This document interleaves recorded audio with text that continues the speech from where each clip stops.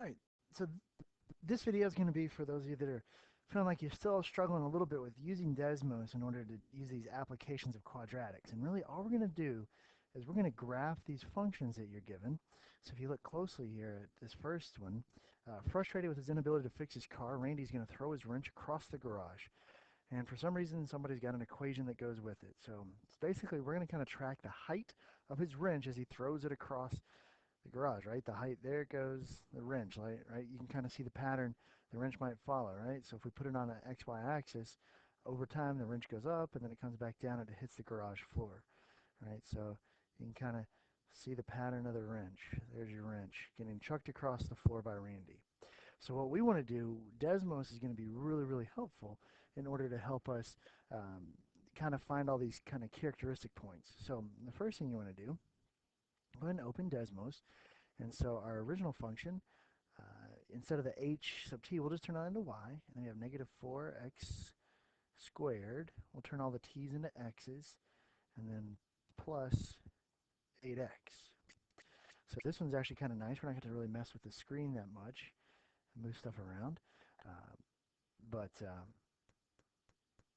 what we want to start looking at is we're going to use this particular graph and start thinking through some stuff. So one thing to realize, um, really the only part of this graph that's really, really helpful to us, time is going to be on the xy axis. So as time passes, and this is going to be height, the y-axis. So let me see if I can clean that up just a little bit so we can see our entire graph. So time is on the x-axis, height of the wrench is on the y-axis. We're not really concerned with anything this way because we can't have negative time. We're not really concerned with anything down here below the x-axis because this is a negative height. You can't have a negative height. You can't throw the, I guess maybe he could throw it through the floor, but really the only chunk of this graph we're interested in is this particular section right here. So let me kind of clean this up a little bit just so there's not so much on here because we're going to start pulling some characteristic points right off of this thing. So first thing we want to know, um, how high is the wrench when he initially throws it? So 0 seconds have passed. So what we can do with Desmos is we can actually click um, right on the calculator. Um, hold on just a second. Let me get off of that. And so at 0 seconds, we can actually click right there. At 0 seconds, that tells us that the wrench was 0 feet off the ground. So how high was the wrench when he originally threw it? It was 0 feet off the ground. We can actually pull some information from that. What does that tell you about where Randy was? Well, if he's 0 feet off the floor, he's on the floor. You think about it, if somebody's working on a car, they're probably on their back, underneath the car working. So he's on the floor and he throws it. That kind of makes sense. What's the height of the wrench after 5 seconds, or 0.5 seconds, excuse me. So what we can do here, one option is we can move along this, we can literally drag a point like you see me doing right here along the parabola until we find 0.5.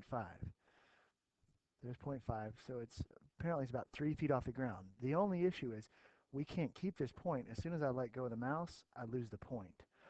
So if you can remember it, great. Here's another option. You could plug in the point, x equals 0.5. Type that value in and you see you get a line. And what you end up having is that new line that you just created with x equals 0.5 right here. It becomes, they show you an intersection and it stays there this time. You don't have to remember it. So how high is it after 0.5 seconds? Well, that thing is 3 feet off the ground. So it's at 3 feet.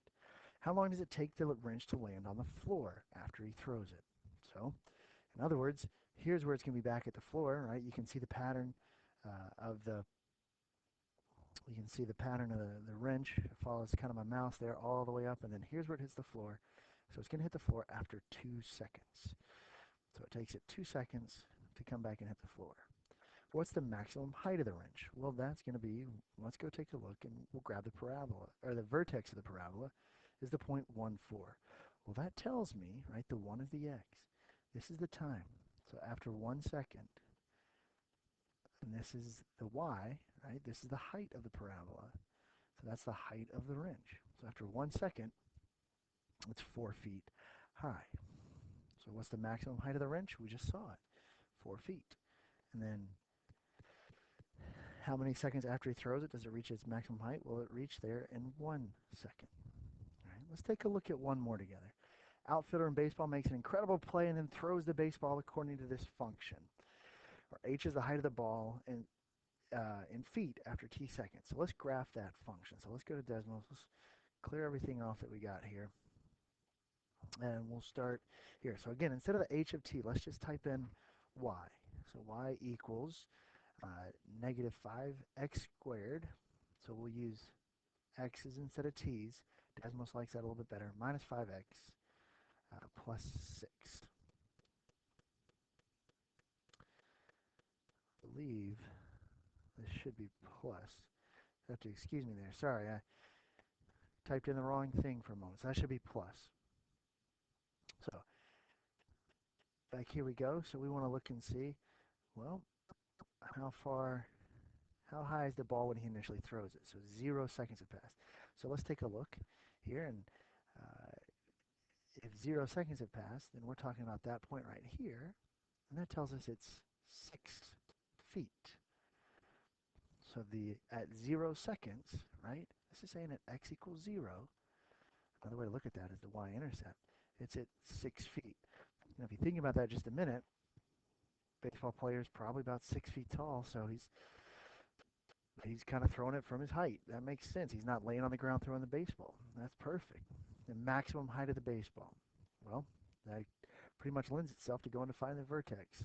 So if you click on that point again, it'll deselect it. And there it is right there. So the maximum height of this baseball ends up at 7.25. Decimals are okay. So the maximum height was 7.25 feet. How many seconds after he throws it does it reach its maximum height? So again, if we're looking at this tells us, right, the 0.5 is time. So after 0.5 seconds, the ball was at 7.25 feet high, and that's the highest it ever gets. You can see here's where he initially throws it, and then the ball kind of arcs down. It looks kind of funny in this way. We can mess with the axis a little bit to stretch it out, and it looks more like a baseball throw. But we can see right there the critical values that we need. So after how many seconds does it reach its maximum height? Well, that was after only half of a second. And then what's the height of the ball after 1 second? So let's go back in here. I'm going to erase all of this in here. So after 1 second, again, we could trace along until we get to 1 second. And that puts me at 6. You can see it, and it's kind of hard to hold it there. I'm having trouble. So my suggestion to you, just come in here and type in x equals 1, and let's see where those two lines intersect.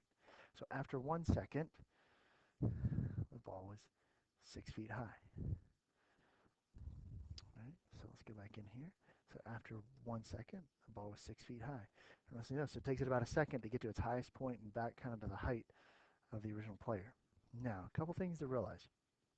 Again, the only section of this graph that I really care about is all the positive stuff. This section doesn't make sense. You can't have negative time. Also, if you think about all of this stuff down here doesn't make sense, all the information below the y-axis, because this would be negative height. With all of these applications, really all we really care about are the positive values, or what's in quadrant 1. Because you can't have negative time, you can't have negative height. So take a few moments and work through the next ones. Work through the next ones, and then check your answers against mine. And if you still have questions on this, come class tomorrow. We'll definitely go through them. But go ahead and finish this, and then if you slide back over to your packet, once you finish this page and you've turned it in, right, once you finish the back of the page, we talk about Herman, and Herman doing some sweet jumps on his bike. Savannah is going to throw a rock into the Grand Canyon. Feel free to work together on it. You're going to slide into your packet and go ahead and finish up pages 13 and 14 and use Desmos to help you with these quadratics.